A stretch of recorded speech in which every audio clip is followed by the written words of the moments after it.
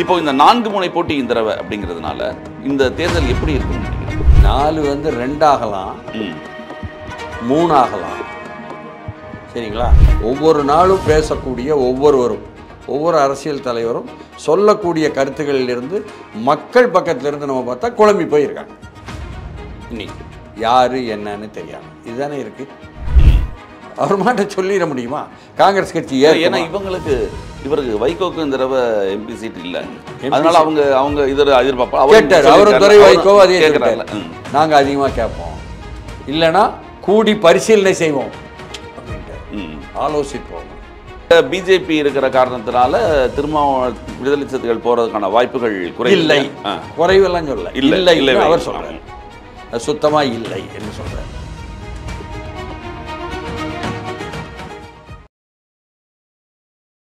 வணக்கம், இது செய்தி மலரின் நேர்காணல் நிகழ்ச்சி. இன்றைய நிகழ்ச்சியில் கலந்து கொண்டு தன்னுடைய கருத்துக்களை தெரிவிப்பதற்காக பத்திரிகையாளரும் அரசியல் விமர்சகருமான TSS மணி அவர்கள் வந்திருக்கிறார்கள். வணக்கம் சார். வணக்கம் சார். 2026 தேர்தல் இன்னும் கிட்டத்தட்ட ஒரு 10 மாதங்கள் தான் இருக்குது. திமுகவை பொறுத்த வரைக்கும் ஒரு கூட்டணி பலமாக இருக்கிறதாக வெளியே தோன்றுறது. அதிமுக கூட்டணியின் முழுமுறையாகிவிட்டாலும் ஒரு தேசிய கட்சியோடு சேர்ந்து இருக்காங்க. இந்த பக்கம் தவாக கூட்டணிக்காக என்ன செய்ய போகிறாங்கன்னு தெரியலை. நாம் தமிழர் வழக்கம் போல் களத்தில் 4ஆவதாக நிற்கிறாங்க. இப்போ இந்த 4 முனை போட்டி இந்த தடவை அப்படிங்கிறதுனால இந்த தேர்தல் எப்படி இருக்கும்னு நினைக்கிறீங்க? இல்லை, 4 முனை போட்டி இருக்கும் ஜனவரிக்கு பிறகும் என்று நம்புறீங்களா? அது முதல் கேள்வி. தெரியலை, நீங்கள் தான் கேள்வி கேட்குறீங்க, உண்மைதான்.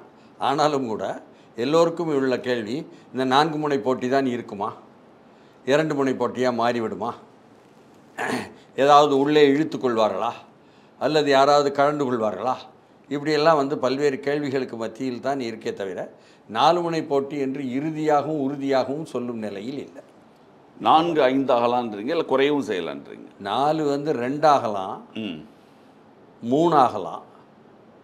சரிங்களா? இப்போ இருக்கக்கூடிய பொலரைசேஷனுங்கிறான பொலிட்டிக்கல் பொலரைசேஷன், அரசியல் அணி சேர்க்கை என்பது எப்படினாலும் மாறலாம் என்பதாக நான் சொல்லவே இல்லை. நான் சொல்வதற்கு நம்ம யார்? நம்ம அந்த கூட்டணி, இந்த கூட்டணி, அந்த கூட்டணி, வெந்த கூட்டணி எதுலேயுமே இல்லை. அப்படிங்கும்போது நம்ம சொல்கிறதுக்கு உரிமை இல்லை. ஆனால் அவங்களே தான் சொல்கிறாங்க. பிரச்சனையே என்னென்னு சொன்னால், ஒவ்வொரு நாளும் பேசக்கூடிய ஒவ்வொருவரும், ஒவ்வொரு அரசியல் தலைவரும் சொல்லக்கூடிய கருத்துக்களிலிருந்து மக்கள் பக்கத்திலிருந்து நம்ம பார்த்தா குழம்பி போயிருக்காங்க. இன்னைக்கு யார் என்னன்னு தெரியாமல் இதுதானே இருக்குது. இல்லை, திமுக கூட்டணியை பொறுத்த வரைக்கும் அவங்க ஒரு வலுவான கூட்டணியாக இருக்காங்கிறத நம்புறீங்களா நீங்கள்? அது முழுமையாக திராவிட முன்னேற்ற கழக கூட்டணியை பொறுத்தவரை வலுவான கூட்டணியாக இருக்கிறது. அதில் மாற்று கருத்தே இல்லை. அதனால் அவர்களுடைய வெற்றி உத்தரவாதம். அதனால் மீண்டும் ஆட்சிக்கு வரப்போகிறார்கள். இதுதான் பொதுவாக வந்திருக்கக்கூடிய கருத்து. இது பொதுவாக வந்திருக்கிற கருத்து. நீங்கள் என்ன குறிப்பான விஷயத்தில் ஒவ்வொருத்தரும் ஒவ்வொரு நேரம் ஒவ்வொன்று சொல்கிறாங்கல்ல. அந்த கூட்டணியிலேயே பே சண்முகம் என்ற புதிதாக மார்க்சிஸ்ட் கட்சியினுடைய மாநில செயலாளராக வந்தவர். அப்படின்னா பழையவர் ஒருத்தர் இருக்காருன்னு அர்த்தம். புதியவர் ஒருத்தர் வந்திருக்கிறாருன்னு சொன்னால் அவர் பெயர் கே பாலகிருஷ்ணன். சரிதானா? அப்போ இதற்கு முன்னால் நடந்த சட்டமன்ற தேர்தலில் எங்களுக்கு கொடுக்கப்பட்டதே என்ன 6 தான். அதில் நாங்கள் வெற்றி பெற்றது 2 தான். இந்த முறை நாங்கள் அப்படி இருக்க போவது இல்லை அப்படின்னு சொல்கிறாரு மார்க்சிஸ்ட் கட்சியினுடைய புதிய மாநில செயலாளர் பே சண்முகம் சொல்கிறாருல்ல. சரி, அதற்கு அவர் காரணம் என்ன சொல்கிறாரு? போன முறை பாஜகவும் அதிமுகவும் இணைந்து இருக்கும் பொழுது பாஜகவினுடைய ஒரு கொடூரம், பாசிச கொடூரம், மதவாதத்தை எதிர்த்து இருக்கணுமே என்பதற்காக நாங்கள் விட்டு கொடுத்தோம். இந்த முறை அப்படி நாங்கள் விட்டு கொடுத்து குறைவாக வாங்க முடியாது. அப்போ 6 வாங்குவதையே குறையுங்கிறார். சரிதானா? அப்போது அவர் அதிகமாக கேட்போம் அவர் சொல்லிட்டாரா? சரி, அப்போ இந்த கூட்டணிக்குள் தான் இருக்கிறார்கள், கூட்டணி வலுவாகத்தான் இருக்கிறது. ஆனாலும் கூட இந்த கோரிக்கை என்பது மிக வலுவாக இருக்கிறது. கூட்டணி வலுவை விட அந்த கூட்டணியில் இருக்கும் கட்சியினுடைய கோரிக்கை மிக வலுவாக இருக்கிறது. மிக வலு பெருசா நமக்கு தெரியாது. நாம் இஷ்டத்துக்கு பேசக்கூடாது. ஏன்னா அவர்களுடைய கூட்டணி, அவர்கள் தான் பேசணும். அதேமாரி விசிகா இருக்குது. விசிகாவில் அவர் திருமாவளவன் என்ன சொல்கிறாரு? நாங்கள் கூட்டணி வலுவாக தான் இருக்குது. இந்த கூட்டணியை விட்டு நாங்கள் வெளியேறுவதற்கான எந்த நியாயமும் இல்லை. அதனால் போக போகிறது இல்லை. ஆனாலும் நாங்கள் போன முறையை விட கூடுதலாக வாங்குவோம், கேட்போம் அப்படின்னு சொல்கிறார். அதற்கு அவர் வரலாற்றை சொல்லும் பொழுது என்னெல்லாம் சொல்கிறாரு, நாங்கள் வழக்கமாக 15 கேட்போம் சட்டமன்ற தொகுதி, ஒரு முறை கலைஞர் 12 கொடுத்தாரு, மறுபடியும் கூப்பிட்டு 10 தான் அப்படின்னு சொன்னார். சரின்னுட்டோம், நாங்கள் ரொம்ப பெருசுப்படுத்தலை. அதே மாதிரி ஜெயலலிதா பக்கமும் ஒரு முறை அதிமுகவுடன் கூட்டணி போனோம், அப்பவும் எங்களுக்கு இவ்வளோ கொடுத்தாங்க, 9 ஏதோ சொல்கிறார் நம்பர். இப்படி 9, 10 இதெல்லாம் நாங்கள் வாங்கியிருக்கிறோம். 8 தமிழ்நாட்டிலும் 2 புதுச்சேரியிலும்னு ஒரு முறை கொடுத்தார் கலைஞர். ஜெயலலிதா அதே மாதிரி இங்கே 9 அங்கே 1 எல்லாம் கொடுத்தாங்க, 10 இப்படியெல்லாம் அவரும் கணக்கு சொல்கிறார். அப்போ எங்களுக்கு நீங்கள் கொடுக்க வேண்டியது 10 என்பதை சொல்லாமல் சொல்லக்கூடியதாக மார்க்சிஸ்ட் கட்சியினுடைய மாநில செயலாளர் பே. சண்முகமும் விடுதலை சிறுத்தை கட்சியினுடைய தலைவர் திருமாவளவனும் சொல்லும் நிலை வந்திருக்கு. இதை எப்படி பார்க்குறாங்க திமுக தலைமையில்? சென்ற முறை நின்றதை விட அதிகமான தொகுதிகள் நிற்க வேண்டும் என்பது தான் திமுகவிற்கு உள்ளே உள்ள கோரிக்கை. அவர் அப்படி பார்க்கும் பொழுது திமுக சார்பாக பேசுகிறேன்னு பேசுகிறாங்கள்ல அங்கங்கே பேச்சு காட்சியில், அவங்களே என்ன சொல்ல வராங்கன்னு சொன்னால், இது காங்கிரஸுக்கு இவ்வளோ கொடுத்தாச்சு அதிகமாக போதும், அதை குறைச்சி இந்த சின்ன சின்ன கட்சிகளுக்கு சிபிஎம்முக்கு விடுதலை சிறுத்தைக்கெல்லாம் கொடுத்துருவாங்க அப்படின்னு அவர் மாட்ட சொல்லிடுறாரு. இதுக்கு கருத்து மக்கள்கிட்ட எல்லாம் போகுது. அவர் மாட்ட சொல்லிட முடியுமா காங்கிரஸ் கட்சி? ஏன்னா இவருக்கு வைகோக்கு இந்த தடவை எம்பி சீட் இல்லை, அதனால அவங்க இதில் எதிர்பார்ப்பா கேட்டார். அவரும் துரை வைகோ அதே கேட்குறாங்க, நாங்கள் அதிகமாக கேட்போம், இல்லைன்னா கூடி பரிசீலனை செய்வோம் அப்படின்ட்டார், ஆலோசிப்போம். அவர் எப்போவுமே கொஞ்சம் வேகமாக ஆலோசிக்கிறவர். என்ன துரை வைகோ வந்ததிலிருந்து வைகோவாவது ஒரு நிலைப்பாடு எடுத்து அதை வேகமாக பேசுகிறவர், துரை வைகோ புதிய புதிய முறையில் ஆலோசிப்பவர். அதனால தான் கட்சிக்குள்ளேயும் சரி வெளியும் சரி அவருடைய அணுகுமுறைகளில் அப்படியே தடப்புட்டான்னு அதுக்கப்புறம் டீரெயிலாகி ரெயிலான மாதிரி இருக்கும் அணுகுமுறைகள்லாம். அது நம்ம பார்த்தோம். எப்போன்னு சொன்னால் அவரை திருச்சியில் அவர் கேட்டு வாங்கும் பொழுது, திருச்சியில் வாங்குவதே அவங்க வாங்கும் பொழுதே அவருக்கு கொடுக்கும் பொழுதே கேஎன்ஆர் கொடுக்கும் பொழுதே அதை திருநாவுக்கரசு தனியாக வருத்தப்படுறாரு நம்மகிட்ட. திராவிட முன்னேற்ற கழகத்தினுடைய இது காங்கிரஸ் கட்சியினுடைய திருநாவுக்கரசு திருச்சியில் திராவிட முன்னேற்ற கழக கூட்டணியில் நின்று மக்களவை உறுப்பினராக போன முறை வெற்றி பெற்றவர். ஆமாம் இல்லையா? அதாவது 24க்கு முன்னால் உள்ள 19ஆம் ஆண்டினுடைய மக்களவை தேர்தலில் அவர் என்ன சொல்ல வர்றாரு, தமிழ்நாட்டிலேயே அதிகமான வாக்கு வித்தியாசத்தில் வெற்றி பெற்றது திருச்சியில் திருநாவுக்கரசு தான், அதனால தான் எனக்கு இல்லை. இப்போ கூட சொல்லியிருக்காரு, திருப்பி நான் திருச்சி அதே துரை வைகோ அவர்களுக்கு போட்டிக்கிட்டார், நன்றாக செயல்படுறாரு, ஆனாலும் நான் திருப்பி நான் கேட்பேன். அது மட்டும் சொல்லாமல் நான் அதிகமான கேள்விகள் கேட்டது பாராளுமன்றம் தான், அதனால தான் எனக்கு திருச்சி வேண்டான்ட்டாங்க. அப்போ துரை வைகோவுக்கு கொடுத்தது எப்படிங்க? அவருக்கு அவருடைய தொகுதி அவருடைய சமூகம்னு சொன்னால் நீங்கள் தேனியை கொடுத்துருக்கணும் மக்களவையில், அல்லது விருதுநகரை கொடுத்துருக்கணும், அவங்க சமூகம் அதிகமாக இல்லை இங்கே கொண்டு கொடுத்துருக்காங்க அப்படின்னு சொன்னார்.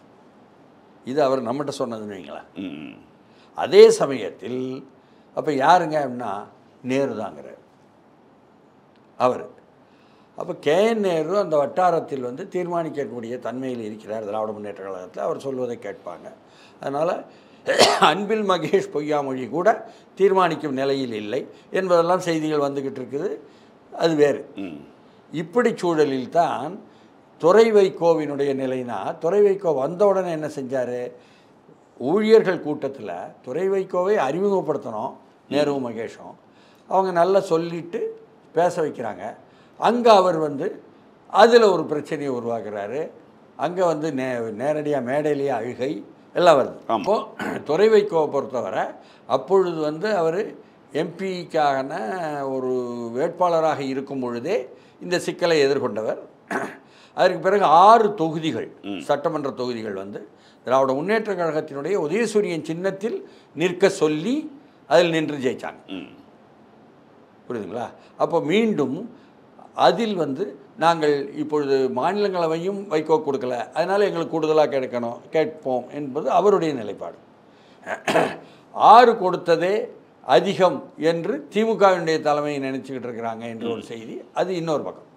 இப்படியாக கூட்டணி கட்சிகள் ஒவ்வொருவரும் என்ன நிலைப்பாடுன்னு பார்த்தீங்கன்னு சொன்னால் அதில் வந்து இத்தனை சிக்கல்கள் வந்து இருக்கதாக ஒவ்வொருத்தரும் சொல்கிறாங்க. ஆனால் கூட்டணி வலுவாக இருக்கிறது, அதுதான் நம்ம பார்க்கணும்.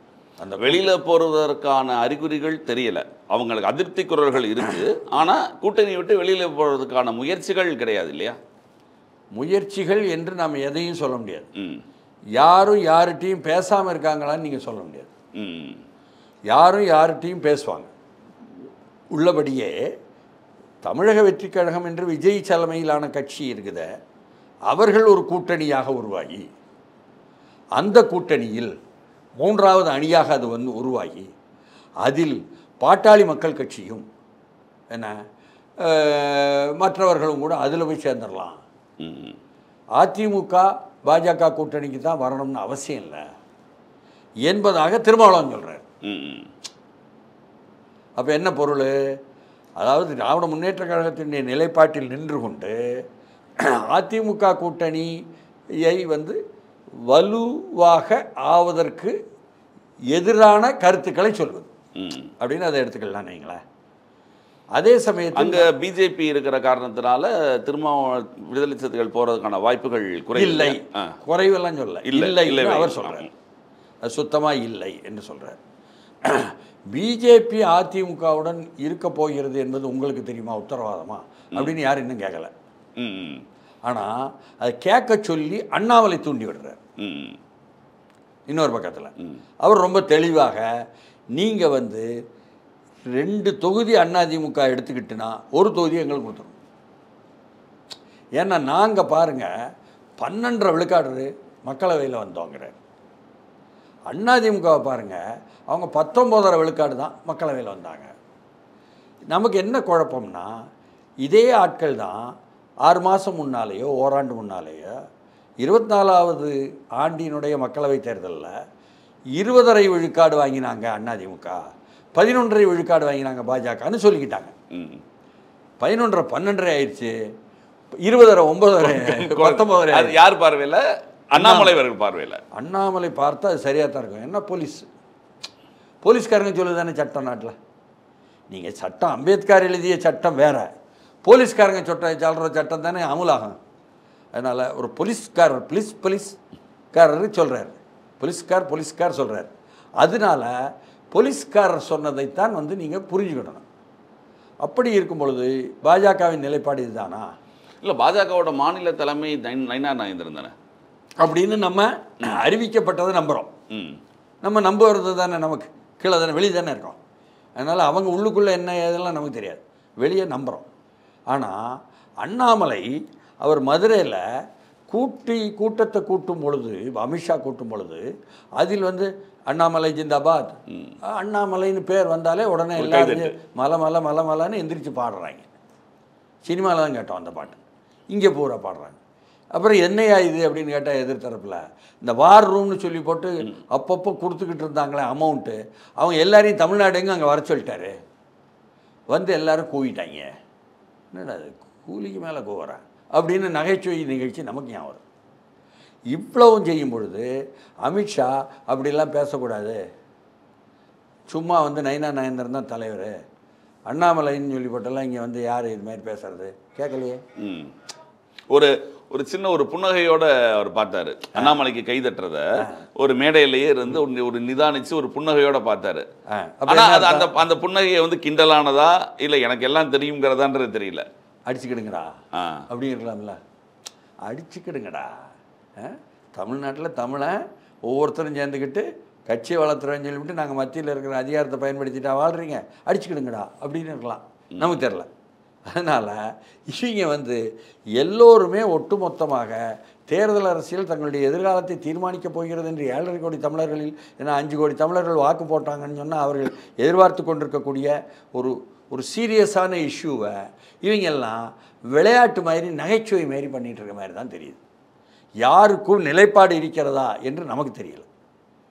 இதுதான். இப்படி அவர் மத்தியில் அவர் கூட்டணி ஆட்சின்னு சொல்லிவிட்டார் அமித்ஷா. அதனால் அதிமுக ஆட்சி அல்ல என்பதாக பாஜகக்குள்ள இன்னொரு பக்கம். நயினார் நாகேந்திரன் என்ன சொல்கிறாரு? அவர் கொள்கையவே கை வைக்கிறார். ஒரு மதத்திற்காக ஆதரவாகலாம் இருக்க முடியாது ஒரு கட்சி.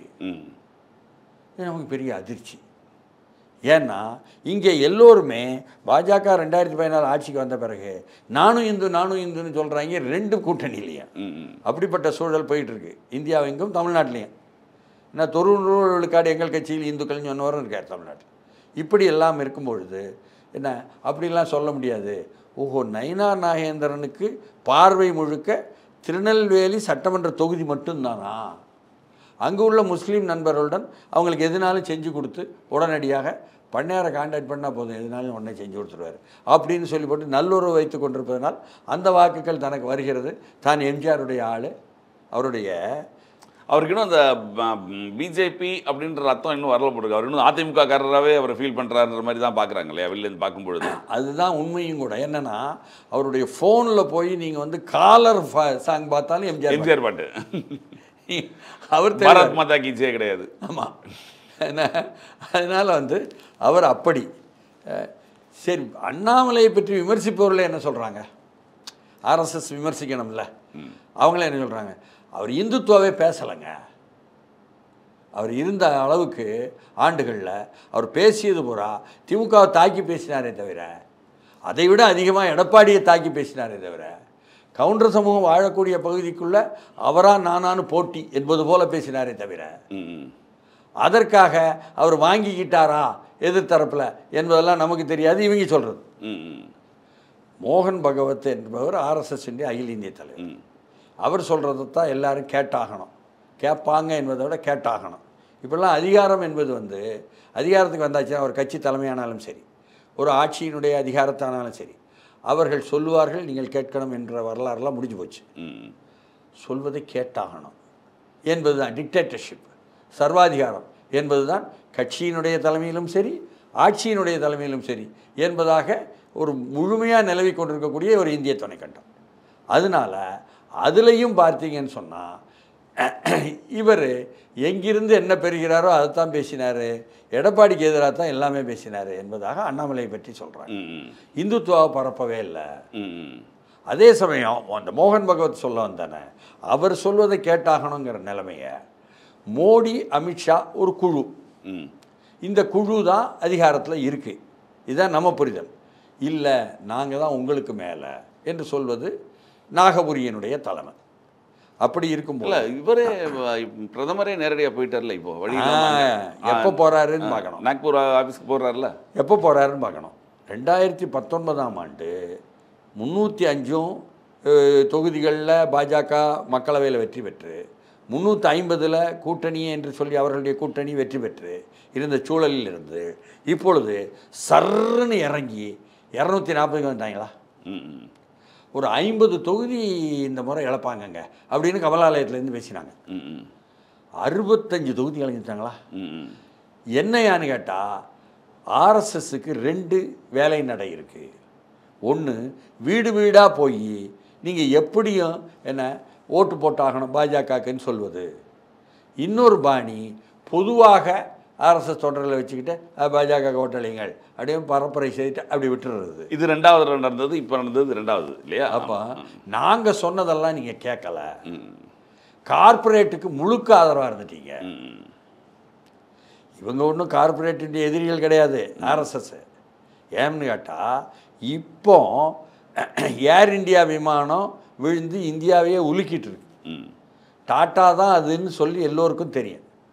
இதை முதல்ல ஒருத்தர் இவங்களுடைய மோடி அரசாங்கத்தினுடைய விமான போக்குவரத்திற்கு பொறுப்பான அமைச்சர் லுஃப்தான்சாவுக்கு ஏர் இந்தியா விமானத்தை கொடுத்துட்றதுன்னு திட்டமிட்டார். லுஃப்தான்சா அமெரிக்காவில் உள்ள கம்பெனி. அப்பொழுது சுதேஷி, விதேசி எதிர்ப்பு, சுதேஷி அப்படின்னு சொல்லி இந்த மோகன் பகவத் சத்தம் கொடுத்து டாட்டாக்கு தான் கொடுக்கணும்னு போராடி வாங்கினது அவர் தான். இப்போ பொறுப்பெடுப்பாரான்னு தெரியாது. இதை பிஎம்எஸ்சினுடைய அகில இந்திய தலைவர் ஒருத்தர் வந்திருக்கிறாரு. அவர் ப்ரெஸ் மீட் நடத்துகிறாரு. அதில் நேரடியாக அவர்கிட்ட கேட்டேன், சிரித்து ஆமாங்கிறாரு. அப்போ அதனால் வெளிப்படையாகவே தான் எல்லாரும் ஒத்துக்கிறாங்க. நாங்கள் ஜோக்கர்கள் நகைச்சுவையாளர்கள் என்றோ அல்லது எங்களுக்கு நிலையான நிலைப்பாடு இல்லை என்றோ ஒத்துக்கொள்ளாதவர்களே இல்லை என்பது போல் இப்படி நடத்தினவங்க மறுபடியும் இவங்க காலில் போய் பாஜகவினுடைய தலைமை என்று தங்களை நினைத்து கொண்டிருக்கக்கூடிய மோடியும் தற்காலிக தலைமையாக இருக்கக்கூடிய அமித்ஷாவும் மறுபடியும் காலில் விழுந்ததுக்கப்புறம் தான் ஹரியானாவில் வீடு வீடாக போய் ஆர்எஸ்எஸ் வேலை செஞ்சு வெற்றி கொடுத்ததுங்க அவங்க பக்கத்தில் இருந்து. அதற்கு பிறகு தான் நிர்பந்தத்தின் காரணமாக வேறு வழி இல்லாமல் மோடியே நாகபுரி போனார் என்பதுதான் நீங்கள் நடந்த செய்தி சொன்னது. அந்த மோகன் பகவத் போன மாதம் சேலம் வர்றார். அவர்கிட்ட போய் பேசுகிறாங்களாம், அண்ணாமலைக்கு கொஞ்சம் பார்த்து ஏதாவது அப்படின்னு அவருடைய ஆட்கள் அனுப்புகிறார். உண்மையாகவே இது அண்ணாமலைக்கு யார் பிதாமகன்? பிஎல் சந்தோஷ். பிஎல் சந்தோஷ் யார்? பெங்களூர். அண்ணாமலை யார்? நான் கன்னடிகான்னு பெருமைப்படுறேன்னு சொல்லி கன்னடத்தில் பேசுகிறவர். இங்கே வந்து தமிழன்னு பெருமைப்படுவார். இன்னொரு இடத்துல ஐபிஎஸ்ன்னு பெருமைப்படுவார். இந்தியன் பொய் சர்வீஸ் நினச்சிடக்கூடாது நீங்கள். அப்போ அந்த அண்ணாமலை பிஎல் சந்தோஷ் என்பவரையுடைய பிதாமகனாக ஏற்றுக்கொண்டார்னா அந்த பிஎல் சந்தோஷ் யார்? ஹார்ட்கோர் ஆர்எஸ்எஸ் இந்திய உறுதியான ஆள். அவரை அகில இந்திய ரீதியில் பொது அமைப்பு செயலாளராக போடுறாங்க. இவர் சரியாக இல்லை என்பதற்காக அதை குறைச்சிட்டாங்க. அப்போ தன்னுடைய பிதாமகன்கிட்டையே ஆசீர்வாதம் வாங்க முடியாத அண்ணாமலை ஆள் அனுப்பி மோகன் பகவத்துக்கு வாங்க பார்க்குறாரு. அவர் உடனே கடுமையாக திட்டினாராம். கேசவ விநாயகம் ஆர்எஸ்எஸோட நேரடி லிங்க்ல தானே இங்கே அமைப்பு செயலாளர். எல்லா இடத்துலையும் அமைப்பு செயலாளர் ஆர்எஸ்எஸ்லேருந்து போடுவாங்க, மாநிலத்திலையும் மத்தியிலையும் பாஜகவில். அதன் மூலம்தான் வந்து அவங்க சொல்கிறத கண்ட்ரோலில் வச்சுக்கிறதுக்கு. அதுதான் கட்டளை தான் எல்லாம் என்பதாக. அப்போ அந்த அண்ணாமலையை பற்றி கேட்கும் பொழுது அவர் பேசாதீங்க அவரை பற்றி இன்னும் மிக கடுமையாக சொன்னதாகவும், ஏதோ 2000 கோடி 3000 கோடின்னு சொன்னதாகவும், வாங்கிட்டாருன்னு சொன்னதாகவும், சேர்த்துட்டாருன்னு சொன்னதாகவும் ஒரு பக்கம் பேசிகிட்டு இருக்காங்க அவங்க பக்கம். அப்போது எங்கிருந்து அப்படின்னு சொன்னால் அங்கிருந்து தாங்க அப்படின்ட்டு எதிர்த்தரப்பிலிருந்து எடப்பாடியே போட்டியாளராக நினைக்கக்கூடிய பக்கத்திலிருந்தே வாங்குறாங்க என்பது போல் அப்படி பேச்சு. இப்போ அவர்கள் உறுதியாக இல்லைன்னு ஆயிப்போச்சா? அப்போது அதிமுக தலைமையில் என்றைக்கும் உடையறதுக்கான வாய்ப்பு இருக்குது. அதிமுக பிஜேபி கூட்டணி வாய்ப்புகள் அதிகமாக தெரியலை நமக்கு. ஆனால் அதே சமயத்தில் என்ன வெற்றி கழகம் தலைமையில் என்ன பாமகவும் போகலாம், மற்றவங்களும் தேமுதிகவும் போகலாம் என்பது போல விடுதலை சிறுத்தை தலைவர் திருமாவளவன் சொல்லும்பொழுது ஓஹோ இப்படியும் ஒன்று மேசை மேலே இருக்கா அப்படின்னு பார்க்க வேண்டியிருக்கு. இல்லை வெற்றி கழகம் அப்படியே அதிமுகவுடன் பேசி தேமுதிகவோ பாமகவும் கூட அதிமுகவுடன் பேசி அந்த பக்கம் போயிடுவாங்களா என்று கேட்டால் அப்படியெல்லாம் போனால் என்ன விஜய்க்கு தான் அது ஆபத்து, விஜய் வந்து நிற்க முடியாது என்று விசிகா திருமாவளவன் சொல்கிறார். ஆனால் விஜயை கடுமையாக எதிர்த்து இன்னொரு பக்கம் பரப்புரை செய்கிறார், இன்னொரு பக்கம் அக்கறையுடன் சொல்கிறார். இது சரியா அது சரியா நமக்கு தெரியாது, மக்கள் குழம்பி போய் நிற்கிறாங்க. அதே மாதிரி தான் என்ன அதிமுக பாஜகவுடன் போவது என்பது அதிமுக அழிச்சுவிடுவாங்க என்று திருமாவளவன் சொல்கிறார். அப்போ அதிமுகவுடன் நீங்கள் போக வாய்ப்பு இருக்கானா? சுத்தமாக வாய்ப்பு இல்லை என்பதும் சொல்கிறார். அப்போ இது சரியா அது சரியான்னு மறுபடியும் குழம்பணும். இப்போ வந்து குழம்பிய சூழல் தான் ஜூன் மாத சூழல். இந்த ஜூன் மாத சூழல் தான் ஜனவரி மாதத்திலும் சூழலாக இருக்கும் என்று யாராவது உத்தரவாதம் கொடுக்காங்களா நமக்கு தெரியாது. ஏன்னா நிச்சயமற்ற உலகம் என்பதாக உலக ரீதியாக அமெரிக்கா நிலைமையிலையும் சரி, நம்ம ஜெய்சங்கர் என்ற வெளிவிவகாரத்துறை அமைச்சருடைய புத்தகத்திலும் சரி நிச்சயமற்ற உலகம் தலைப்பை, நிர்மலா சீதாராமனுடைய பட்ஜெட்டுக்கு முன்னறிவிப்பிலும் சரி சொல்லப்படக்கூடிய உலகம்தான் இது. இங்கே நிச்சயமற்ற உலகம் என்பதை நாம் வந்து நிரூபித்து காட்டணும்ட்டு அதிமுக கூட்டணியும் சரி திமுக கூட்டணியும் சரி வெளியேறுகிற வெற்றி கழகமும் சரி அல்லது நாம் தமிழரும் சரி எல்லோரும் சொல்வது போலத்தான் இதை வந்து கூர்மையாக பார்க்குறவங்களுக்கு குழப்பம் வருது.